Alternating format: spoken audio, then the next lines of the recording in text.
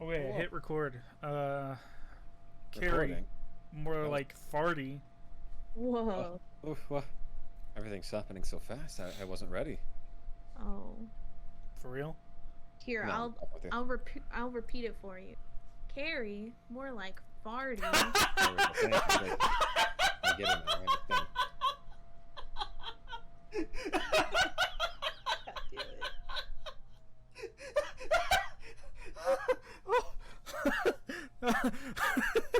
That was pretty good. How'd you come up with that? It's a Jordy original. That's impressive. That's a Thank real you. good, real Thank good one. That was pretty top keck, as the kids on. Oh yeah, top kick. Tom Kench, Nice. Bench can't bent the kinch. unbenching Kench. Speaking of eldritch horrors from beyond imagination, teenage girls, True. specifically a teenage girl. Girls in general, if we're being real. Ooh, we're playing with fire today. They scare me. We lost that last Fortnite match, so No, we won it. We won it. We won it. Let the record And I did the show. I did the Lizzo dance on like at least we 4 did get to children. Lizzo dance a lot. Yeah, we to killed Lizzo a lot of dance people. Aplenty. Lizzo dance for all. We killed a lot of people, kind of like Carrie did. Spoilers, but I guess that's the majority of the book is her killing people. Well, to be honest, it's kind of inadvertent. Yeah, I'd say it's very. A good chunk of it is very directional. No, she directed. just kind of did the thing and it happened. It's not her No. fault. She was girl bossing, but That's- she yeah. did specifically think they'll pay for this, and then specifically She was just doing a saw little someone, goof. She saw someone get electrocuted and was Yeah. like, "That's pretty cool. I mean, I would Let's do too. it more." Haven't you seen the music video for Municipal Waste's Electrified Brain? Hmm. Funny enough, entirely side note before we get into the actual book, there's Ice Nine Kills, I think Hell in the Hallway is based on Carrie. Probably. No, Yeah. literally. Not probably, it's No, literally that's what I mean. Is like I know a lot of their stuff is horror like that. adjacent, yeah, based on. yeah. Yeah, I guess Carrie, I mean, Hair. where do I guess start with the synopsis?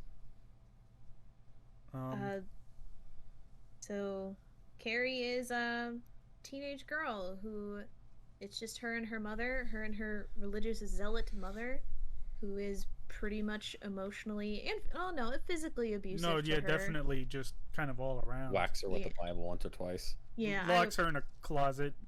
yeah, very abusive to Carrie, and Carrie's been raised weird, so everyone at school makes fun of her, and this book opens up with her having her first period in the high school showers, and instead of anyone helping her, they all just make fun of her more and throw menstrual products at her Well, until the gym teacher stops it. it's not just that, because her mother was so religious. She didn't know what the fuck it was. She didn't know what was happening. Yeah. Like She- at all. She just hurt and was bleeding, and she's like, "I guess I'm dying." Yeah. And so the most of this book is, a little bit dealing with like the aftermath that Carrie has to deal with, that in hand with an apparently latent psychic ability coming into power in Carrie since she's gotten her first period. And then also another student named Sue Snell, who feels bad about the situation and is trying to rectify it, even if it's kind of an odd backwards way of rectifying it. She, at least she made an effort. Yeah, The only one that's in this book. a to lot make an more effort. than I guess the gym pretty teacher, much yeah. like all but like 3 people could say. Her, the gym teacher, and Chris. I remember the dude's name's Chris. No, No, Tommy. Tommy. Are like quite literally the only ones not to just be raging assholes the entire book. The assistant principal was okay, but like From a legal standpoint. yeah, They did the bare minimum, yes. yeah. Well, and I mean like that's most of what we're counting. Who did the bare fucking minimum? Yeah. But yeah, Go But ahead. it all leads up to, the prom night. Sue has convinced her boyfriend Tommy to take Carrie to prom in hopes that it will kind of not only help Carrie get out of her shell, but also maybe in a sort of attempt to get other people to see Carrie as a teenage girl, which is what she is, Like a human being. and like a human being. And most of it goes pretty well, but because of the bullying incident at the beginning of the book, uh, the a popular mean girl could not go to prom, and she and her boyfriend decide to get back at Carrie by dumping pig's blood on her at the prom, and it causes her to go on a You've rampage. you've probably seen the scene at this point. Yeah, Yeah. it's kind of hard. It's pretty iconic, the film and the book, I guess, but yeah, Yeah. yeah. Mhm. From there, she kind of snaps, and what does she do? She locks everyone in the gym that she can. Yep. Then she turns on the sprinkler system. I don't know. Does she directly start knocking the amplifiers over, or is that just a happy little accident? I think the first guy that got electrocuted, that was kind of an Yeah. well, I think well, she she was saw it. definitely intentionally like blowing the sprinklers. So Like it's kind of hard to tell. the way I read it is it was intentional. Like it was very much like I am going to murder these people. At least the way I interpret it, because it's not. At no point is there the words Carrie murdered everyone. It's very like A led to B, A led to C, led to her vengeance, cruel and unusual. Or Right. I don't know if it was necessarily cruel. I think she's kind of that's based. pretty cruel. She's kind of based for it personally. She is, but I don't know. Uh, That's something I can say in a weird sort of way. I appreciate Stephen King's writing because you get to this point, and even if you didn't know what was going to happen at the prom after the pig's blood, the quick little buildup of her running outside, being upset that she's covered in pig's blood, and then like the single paragraph where she's just like, I'm going to make them pay, and then just very quickly turning around, locking everyone in, and getting joy from seeing them suffer in the gym while she's like causing death and pain. I don't know. I think it's interesting.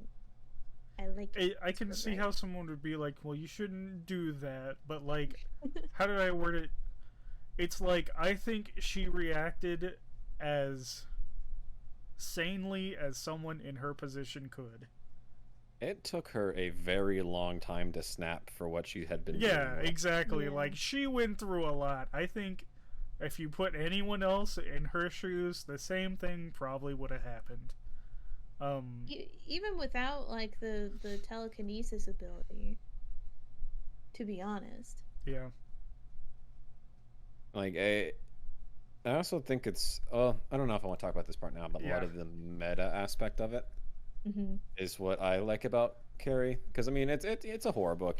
Shit happens, people die. It's graphic. It's chilling. It's provocative. It gets the kids talking. Mm-hmm.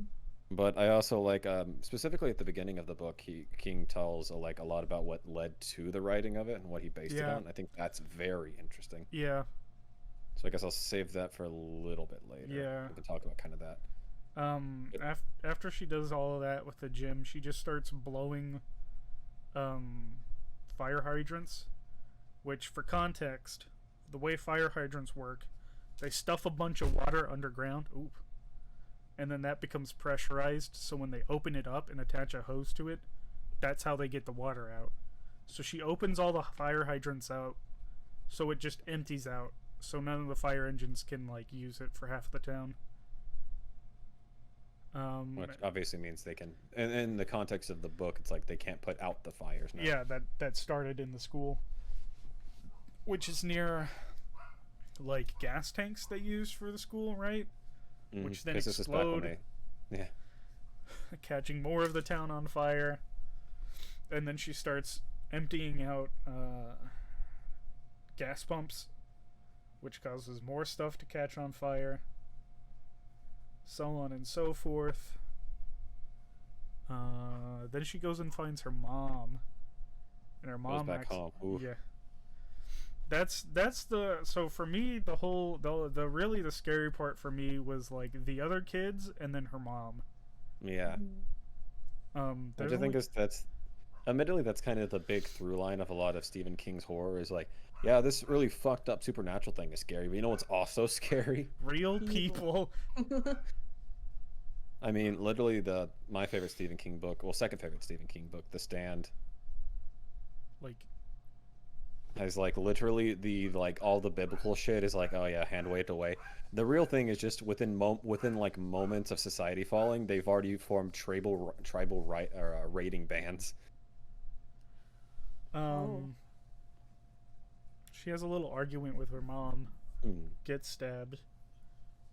Brutally stabbed. Like her mom's like, her mom kind of goes off in a very terrifying monologue and then stabs her. Yeah. Yeah, and fully admits to trying to kill Carrie twice previously. Yeah. She's a bitch. And also, this whole time throughout this book, this few scenes we have with Carrie's mother, we're given this very devout religious character, and you know, a lot of the abuse Carrie suffers once she gets her period is related to like sex and lust, and that's why her mother forces her into the closet to pray away basically her period. And you're kind of left this whole time like, how did this very devout religious woman have a child if she can't even like, if the existence of your period is a punishment? So you're kind of left with that question the whole time, and then right before she attempts to stab Carrie, she's like screaming that her husband came home one night drunk and she liked it, and she's like freaking out. I don't even know how to describe it. Yeah, it's just like, yeah. Woo. It's so weird. It's definitely a conversation that's worth having, but within the scope of this book report, I don't think it's something we can... within this quirky little YouTube video, I don't know if we're... It's something that, like, the first time I read this book, that was kind of the main thing I was thinking about, was Carrie's mom. And also, so I watched the movie for the first time 2 or 3 months ago. And I know that's not exactly what we're talking about, but also like kind of thinking about how the movie does a lot of this stuff. It's pretty similar. There's a couple interesting changes they make, especially with her mother. But we can talk about that later if we want. I don't think it's relevant because like Carrie, the movie Carrie, the original, not the...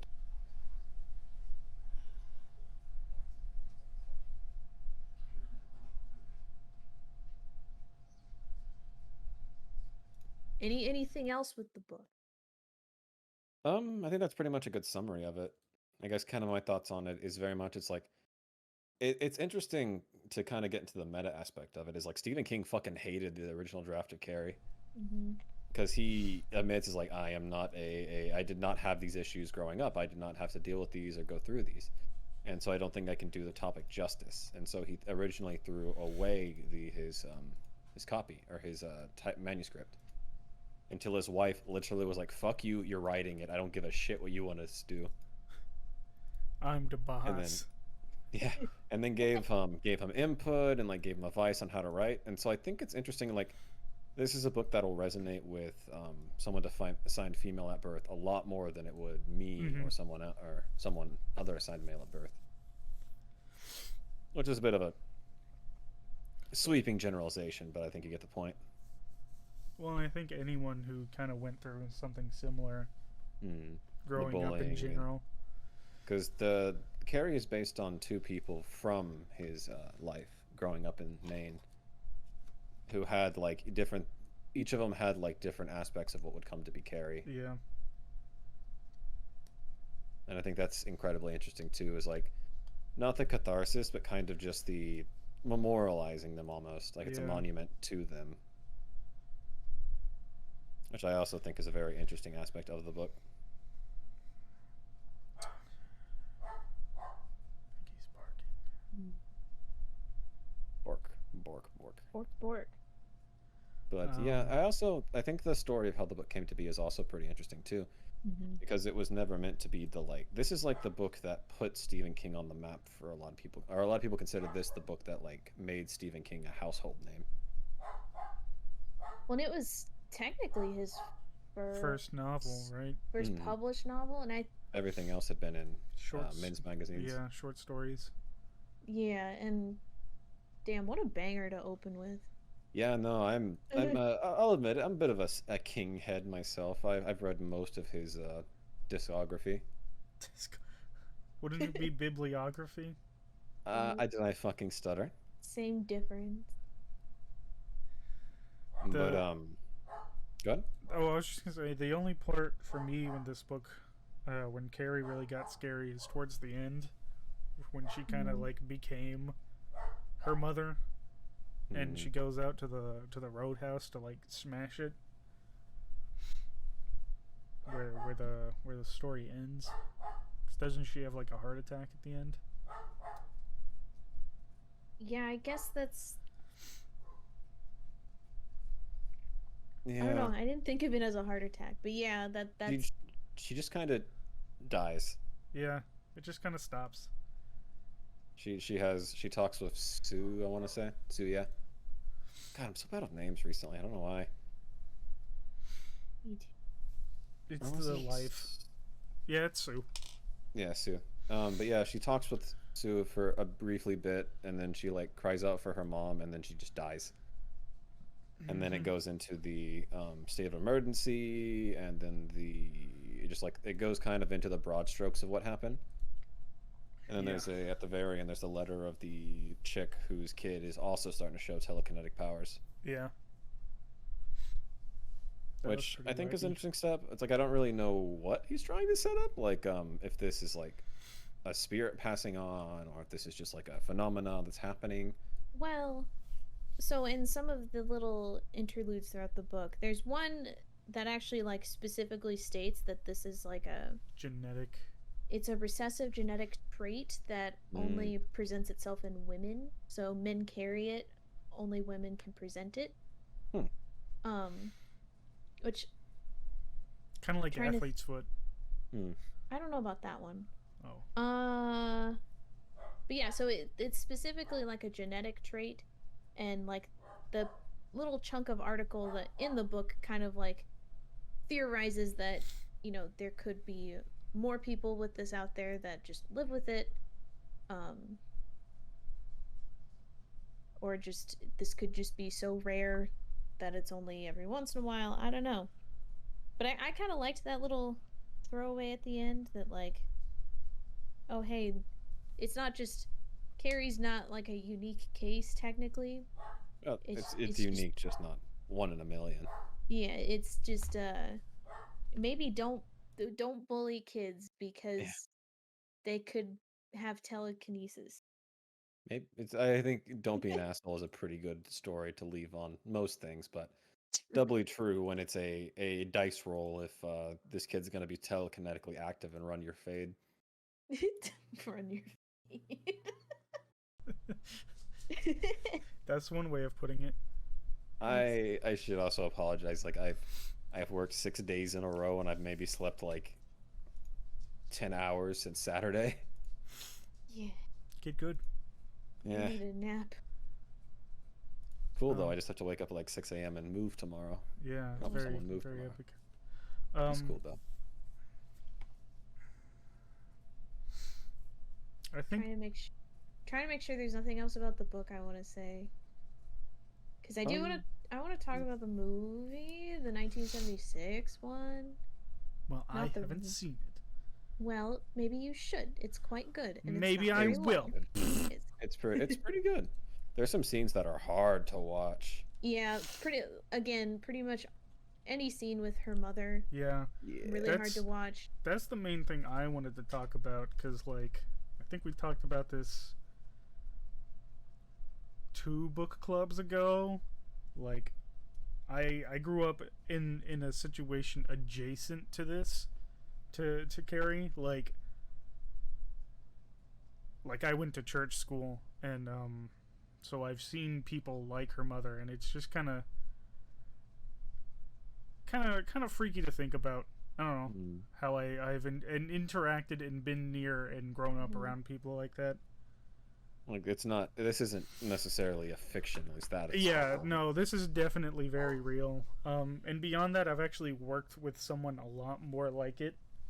Um, and I just thought it's interesting how it's pretty clear that she's using um, religion to effectively, I guess the best word would be to treat whatever mental illness she clearly has. Mm. Which is pretty common to see with like drug addicts. Like if I was going to use an example, most people would know. Have you guys seen Nathan Fielder's The Rehearsal, or at least portions of it? Yeah, I've By the seen way, go watch a few of it. Super Eye Patch's Wolf video on Nathan Fielder. It's very interesting and relevant. Angela, that woman, she's very effectively the same thing. It's one of those things where like you need something to make you feel good, and they end up replacing whatever substances they're using with religion. I've actually worked with someone who is effectively the same thing, horribly like needed proper therapy effectively, but instead they were given religion and they kind of used that to, I don't even know what the right word is, I guess right themselves. Does that make sense?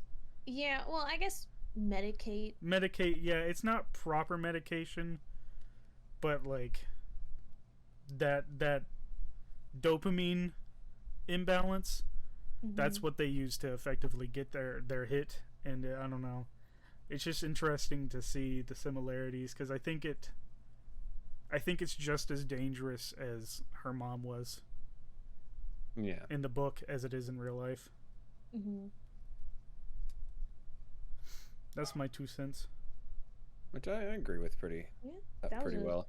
A good way to say it. I felt like that was kind of rambling. Hopefully you can glean anything from that. You made perfect. Oh, this is what I was thinking about.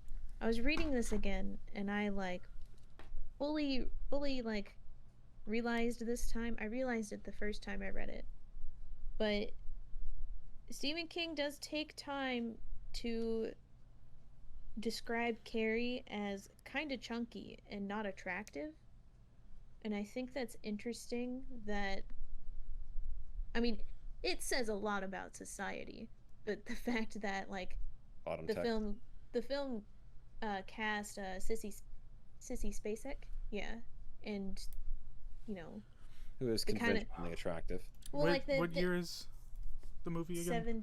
76. Okay, thank you. 70 something, yeah. So I mean, just the image that we have of Carrie is Sissy Spacek, who is unconventionally attractive but still attractive and skinny. Yeah. Which I think is something I've always appreciated with King works, is he does show like a very typically broad scope of characters, backgrounds, body types. And then all of his adaptions are like just normal ass white dudes. Conventionally attractive people. Yeah. What was the other thing I thought of too? Oh yeah, isn't it kind of cool how in the book there's these like couple asides? It's mainly with Tommy at the prom, but there's like these kind of like odd run-on sentences where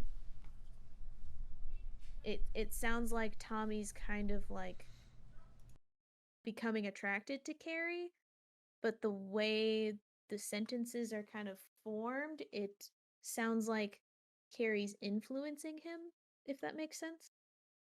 I'm trying to find it. Yeah, I know what you're talking about, because it's back like on that. Go ahead, Ryan. I was just gonna say it's around the same time where she starts imprinting thoughts, I guess is the best word, onto other people. Not like intentionally, but yeah. just I think that byproduct of her emotions and her powers. Yeah, that one's interesting, because I mean, even like all the side stuff, of course the only thing that could be examined in this situation is the fact that Carrie has telekinesis, but it kind of implying that there's like a secondary layer to her power, which is that she can just kind of influence people. And I mean, the very end where she kind of fully holds on to Sue's mind Yeah. basically while she's dying. Yeah, she's very Vulcan clearly mind melds. telepathic. Yeah. Yeah. No, I just think it's interesting. I really picked up on that this time around, especially because if you watch the movie, I mean, something like that would be difficult to kind of portray in a film. Yeah. So But in the film, Unless you did it like David Lynch's Dune, but then everyone would have to be thinking to themselves the entire time. It's nothing but monologues, internal Yeah. monologues. That's the entire movie, boy. Monologues without people talking.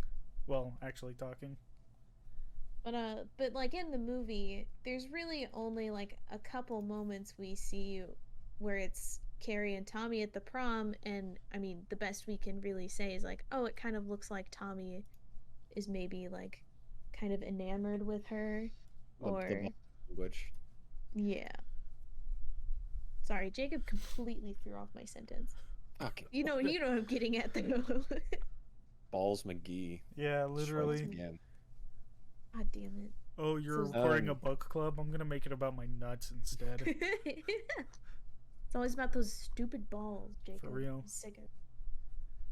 But kind of another thing, just to talk about Stephen King's writing, is Stephen King is very good at that kind of style, where it is very much of like breaking traditional grammar rules to prove a point or to show jeez. something. You okay? Yeah, I'm good. Yeah, I'm good. Don't worry about it. Okay. Because I was thinking back to The Stand, which is my favorite, or not The Stand, but The Tower. I thought it was The Stand. Because I was No, going to The make a Stand is my joke second about favorite. JoJo, but then I didn't have an opening. That's okay. The Dark Tower. That's what it is. The Dark Tower. Oh, right.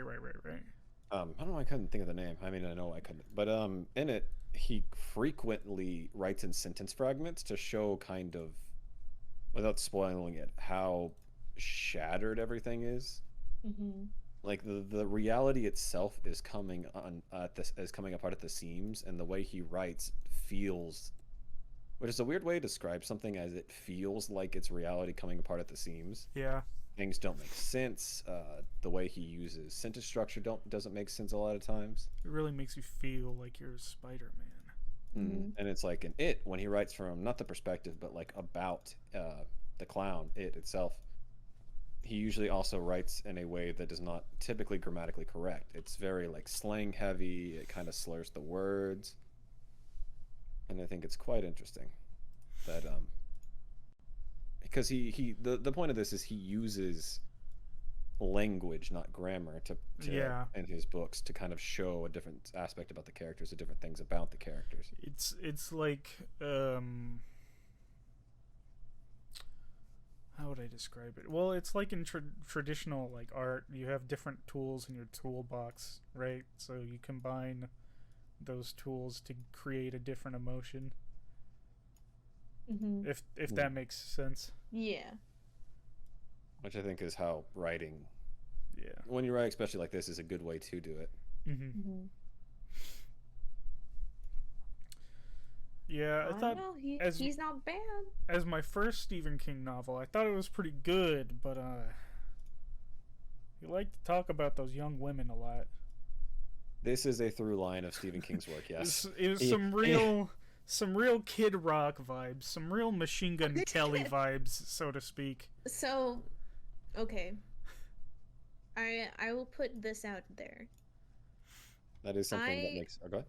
Well, I've read a lot of books in my time, and I've read many, well, maybe I'm no expert, but I've read quite a few books by older men that are considered good literature. Most of them do stuff like this. That's what I hear. That's what I hear. And quite frankly, Stephen King is the lesser of the evils. That's something. It's, Though my other it happens issue was enough that you can make a through line of it, but it's always not as bad as other authors I've read. Well, That's the frustrating thing about Stephen King, is that it's so light that it's just there long enough to kind of piss you off, Yeah. and then it backs away, and you're just like, I want to be more What- mad about that, what- but it was a sentence. Yeah, and it's like, what's the point at that point, man? Like, either go whole hog or don't. But my other issue is there was 2 hard R's in this book. One of them was completely out of pocket. I'm gonna be straight up with you. That is not in my copy at all. Really? Unless you can give me page numbers. Well, mine was an That audiobook is- version. Yeah, Mine that was was also the audiobook, which is like just driving, boo boo boo boo, hearing that I'm like, okay. Yeah, so like the first time it was like from Sue Snell's perspective, which from what she was saying, I was like, okay, that's her as a character, fine. But then there's another scene where Chris gets hit in the face by Billy, and it's describing the size her lip swells up to. And I was just like, oh, whoa, whoa, holy shit, yeah. whoa. that is not even in this edition at all. Like, there's not even like a light version of a slur or anything. There's no reference to that. I can't even figure out what the context would be of Sue saying the word. Like, she was like describing how she was supposed to grow up, and she was describing like the kind of air quotes activism she was supposed to take part in as an adult, like keeping her communities safe. Oh, yeah, that is not in here at all. So I'm looking now at the copyright. So the book was originally written in 1974. My copy says copyright 1974, copyright renewed in 2002. So you think they maybe just redacted that? It sounds like it, because I can't. Which, like, that one, like I said, I'm not cool with it, but you can make the argument that one's from the perspective of the character. Mm-hmm. It's kind of like... like... The other one's just bad. To me, it's kind of like the, like, there's a Dead Kennedy song, Yep. Holiday in Cambodia. Cambodia, specifically, where he uses it, and it's like, okay, it's from the perspective of the character that, like, is telling the song effectively, but maybe we don't use that word. But the other one just caught me completely off guard. I don't know, Kaden, did you hear it as well? Yeah. I was thinking that because that's I thought the time you were going to talk about. Yeah. So who's narrating? That one, I think it's one of those where it's like kind of bouncing between. No, I mean like the audiobook. Who's narrating the audiobook? I don't remember their name. I didn't really look into it. Male or female? It's a female. So that one. Sissy Spacek. Yeah, that's the lady that plays Carrie. Oh right, huh? That's so weird that that's the audiobook. Because if this is the one you guys are getting off of Amazon, that audio is from 2012. That's wild. So then how do I have this copy that doesn't even have mention of those words in there? Lucky, I guess. Then you can still buy the audiobook that just has it. But yeah, those are my only issues, and the only reasons I would probably consider maybe not picking up another one. Stephen King books are definitely show that this was a man who lived and wrote mostly during the 70s and 80s. Yeah, true. Because one of my other favorite Stephen King books, Pet Sematary, there's a black couple that lives next to the main characters, and they're like the secondary protagonist group. And there are some comments made near the end of the book, and I'm like, oh, oof. You've read The Dark Tower, like the series, right? Isn't there like a whole character? Oh boy, I blocked that out of my memory. Yeah, there's like fucking Susanna Jones, I want to say her name is. Yeah, I think that's what it is. I've never read these books. I've just only heard someone describe this character to me. Man, it's really fucking. It's bad. So isn't it basically she's a black character and she has like a like a not like a voice in her head, but It's a an split expression. personality. Yeah, an expression of her personality that is just a straight up racial Oh stereotype. no. Yeah, it's because Like there's a bad the one. standard spoilers for a 30-year-old book series, but there is the standard personality, which is the original one, and the character had a traumatic experience and created the alter personality that is the like racial stereotype that's supposed to protect the primary personality. And reading it is Ooh. real rough. Yeah. Yeah, I've that's had people say like, I kind of want you to read Dark Susanna Tower, Dean. but don't read Dark Tower. The Dark Tower as a series is one of my favorites, but Susanna is definitely a very rough patch. The character is unbelievably well written, and in the later books is very unproblematic, but that first few books is rough. that's tragic. Because it's also like one of the first far back interracial couples I remember in a book series is the Susanna and a white man. Eddie's also a drug addict and like a social undesirable for that era is pretty progressive as well.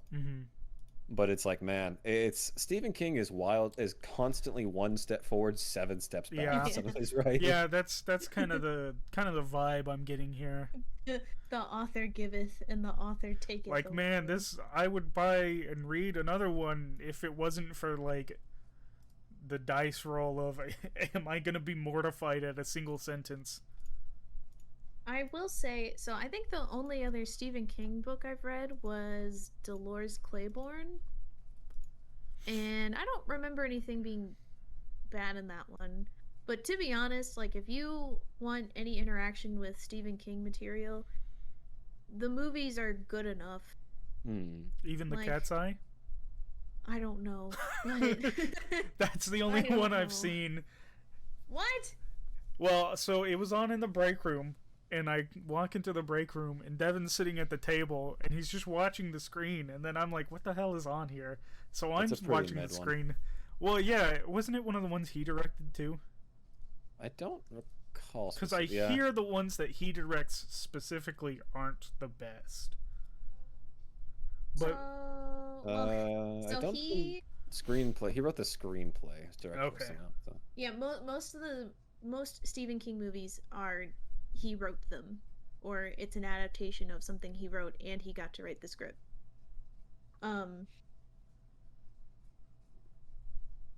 That's pretty interesting. well, That's and we so only bizarre, saw 'cause we only saw the part where it's got the little goober running around, and Devin and I were just like, what the hell are we watching? that's and just so then we spent like the rest of our break trying to figure out what it was. I grew up with Stephen King movies. So you've only seen one of them? That's You- that's correct. Yes. You've no, Well, so Shining? You watched the X-Files.